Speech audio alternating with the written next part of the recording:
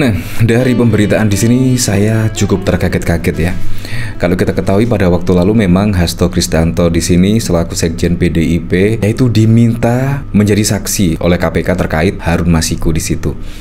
Nah, di sini sangat unik sekali, yaitu ketika ada pemberitaan dari Tribun News Update, Hasto Kristianto didesak mundur dari Sekjen PDIP soal Harun Masiku. Nah, di sini sangat lucu. Di sini ada apa ya? Kira-kira di sini bahkan juga dikomentari oleh Lala, mungkin ini tujuan sebenarnya dibalik drama di KPK. Nah, memang sangat mengejutkan sekali di mana Harun Masiku di situ kalau tidak salah sudah kasus sangat lama sekali, sangat lama. Dan bahkan kenapa harus setelah Pilpres? Di sini tiba-tiba Hasto Kristianto dipanggil oleh KPK setidaknya untuk dimintai keterangan tentang Harun Masiku. Harun Masiku di mana dan lain sebagainya. Dan bahkan pada waktu lalu KPK sesumbar ya, yaitu akan menemukan Harun Masiku dalam 1 minggu ke depan. Nah, menurut saya di situ juga sangat aneh sekali. Kenapa nggak langsung setidaknya dikejar lah Harun Masiku, tidak usah sesumbar 1 minggu akan ditangkap dan lain sebagainya. Menurut saya sangat lucu sekali, dan di sini juga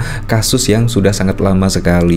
Menurut saya KPK di sini sangat lambat sekali ya, yaitu menyelesaikan kasus Harun Masiku di sini. Kenapa harus menjelang pilkada? Kenapa juga setelah Pilpres di sini? Nah, di sini ada apa? Yaitu drama-drama di sini ada apa? Bahkan kalau kita lihat pada waktu lalu juga Hasto Kristianto di sini juga sering banget ya mengkritik pemerintahan Presiden Joko Widodo.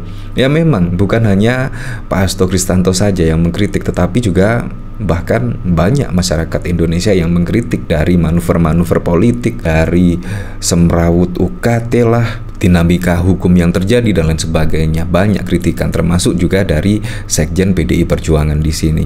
Setelah getol mengkritik, menyuarakan kritikan kepada pemerintah, tiba-tiba ada setidaknya pemberitaan yang seperti ini. Tiba-tiba Hasto dipanggil KPK. Ada apa ya rangkaian semua itu ya? Nah, dari sini saya bahkan penasaran ya, kira-kira yang mendesak mundur di sini siapa? Yang mendesak mundur Hasto Kristianto sebagai sekjen. Di sini ada berita tersangkut masalah relawan Puan Maharani minta Hasto mundur dari jabatan sekjen PDIP. Relawan Puan Maharani, nggak salah. Nah, dari sini dari berita viva.co.id. Di sini Ketua Umum Relawan Puan Maharani yaitu Gema Perjuangan Maharani Nusantara GPMN Dedi meminta Hasto Kristianto mundur dari jabatannya sebagai Sekretaris Jenderal Sekjen di PDIP agar fokus dengan segala masalah hukum yang tengah dihadapi saat ini. Terkait adanya sejumlah masalah yang sedang dihadapi, ada baiknya Pak Hasto segera mundur dari jabatan Sekjen di PDIP agar dapat fokus, ujar Dedi. Karena menurut Dedi, dengan adanya sejumlah persoalan yang dihadapi tentunya waktu Pak Hasto akan tersita dan dikhawatirkan fungsi kesekjenan yang diemban akan berpengaruh. Lebih kata Dedi, persoalan yang dihadapi menyangkut persoalan hukum. Pertama, waktu pasti tersita. Kemudian konsentrasi pasti terpecah. Belum lagi persoalan kepartean mengingat sebentar lagi menjelang pilkada. Tentunya hal itu harus jadi pertimbangan, kata Dedi. Jangan sampai, lanjut Dedi, sebuah keputusan strategis yang harus diambil oleh partai menjadi terganggu dengan posisi Pak Hasto yang kini tengah dirundung masalah. Karenanya Dedi mengungkapkan alangkah baiknya Pak Hasto mundur. Nah, di sini menurut saya juga sangat unik sekali ya. Jadi seharusnya pertanyaannya, kenapa kok harus saat ini menjelang pilkada serentak, yaitu Sekjen PDIP di sini setidaknya dipanggil oleh KPK. Padahal juga kalau kita ketahui Harun Masiku di situ sangat lama sekali ya, yaitu kasus dari Harun Masiku. Kenapa baru saat ini menjelang pilkada dan setelah Pilpres di sini? Nah, dari sini bahkan juga saya penasaran kira-kira komentar-komentarnya seperti apa ya. Di sini dikomentari Lala, apakah ini tujuan sebenarnya di balik drama di KPK? Nah, di sini dikomentari oleh Han Solo, relawan siapa ini? Apa ada hubungan dengan PDIP dan akar rumput? Di sini GPMN Gema Perjuangan Maharani Nusantara. Relawan siapa ini? Ini baru awal terkait pengambilan HP dan buku catatan Hasto. Mereka sedang meneliti kemungkinan adanya rencana PDIP yang belum diketahui melalui sekjen. Apakah seperti itu ya? Di sini soalnya kasus lama, kasus Harun Masiku kemarin juga setidaknya HP dari sekjen juga setidaknya disita oleh KPK kan. Di sini sangat lucu sekali ya. Ya, tapi kita tidak tahu lah, kita lihat saja besok seperti apa dramanya ya. Mainkan terus dramanya hingga semesta muak. Adik-adik aja.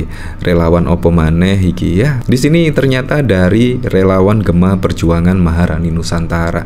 Entah di situ relawan Mbak Puan Maharani atau seperti apa ya. Nah, dari sini juga ada berita dari Tribun, Hasto disibukkan perkara hukum Masiku. Ketua GPMN berharap dia mundur dulu dari Sekjen PDIP. Wow, memang sangat mengejutkan sekali di sini tiba-tiba yaitu ada ya setidaknya Ketua Gema Perjuangan Maharani Nusantara meminta Sekjen Hasto mundur. Ya menurut saya sih terserah dari Ketua Umum PDIP Perjuangan ya, yaitu Ibu Megawati Soekarno Putri. Entah di sini Sekjen PDIP Hasto mundur dari jabatannya dan lain sebagainya, menurut saya terserah dari Ibu Ketua Umum PDI Perjuangan kalau menurut saya. Nah, dari berita yang sama di sini yaitu Dedi menyarankan, di sini masih menyarankan ya. Jadi bukan desakan mundur, tapi menurut saya sangat aneh sekali ya, karena di sini juga kasus lama dan di sini menjelang pilkada. Ada apa semua itu ya? Di saat menjelang pilkada seharusnya kan ya semua partai-partai di situ sibuk sana sini mencari pandangan terkait pencalonan pada pilkada. Tiba-tiba sekjennya di sini dipanggil KPK dan bahkan pada waktu lalu juga dipanggil oleh ya setidaknya kepolisian untuk dimintai keterangan terkait kasus hoax dan lain sebagainya pada saat Pilpres yang lalu. Menurut saya sangat wow sekali lah drama di sini. Ada apa semua ini ya? Tiba-tiba juga ada desakan mundur dari ya setidaknya relawan Maharani dan lain sebagainya. Apalagi kalau kita ketahui pada waktu lalu ya dari pilkada bahkan Kaisang dipasangkan dengan Anies, PDIP bahkan juga melirik Anies Baswedan dan bahkan Ahok akan dimajukan di pilkada DKI. Di situ masih ribet banget lah tentang mengurusi pilkada serentak 2024. Tetapi lagi dan lagi di sini Sekjen PDIP malah dipanggil KPK.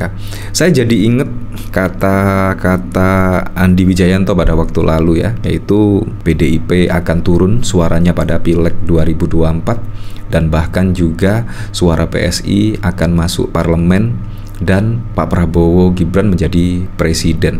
Nah, apakah di sini ya setidaknya termasuk untuk ya menurunkan elektabilitas dari PDI Perjuangan? Kalau kita ketahui pada saat yang lalu Andi Wijayanto bahkan setidaknya menyebut PDIP akan turun. Nah, apakah ini termasuk ya hal-hal seperti itu ya? Ya kita kembalikan lagi lah ke masyarakat menilainya seperti apa. Tapi yang jelas saya berharap semoga saja di bawah pemerintahan Pak Prabowo Gibran bisa merealisasikan semua program-program dan janji-janji kampanyenya sehingga bisa dirasakan manfaatnya langsung oleh masyarakat.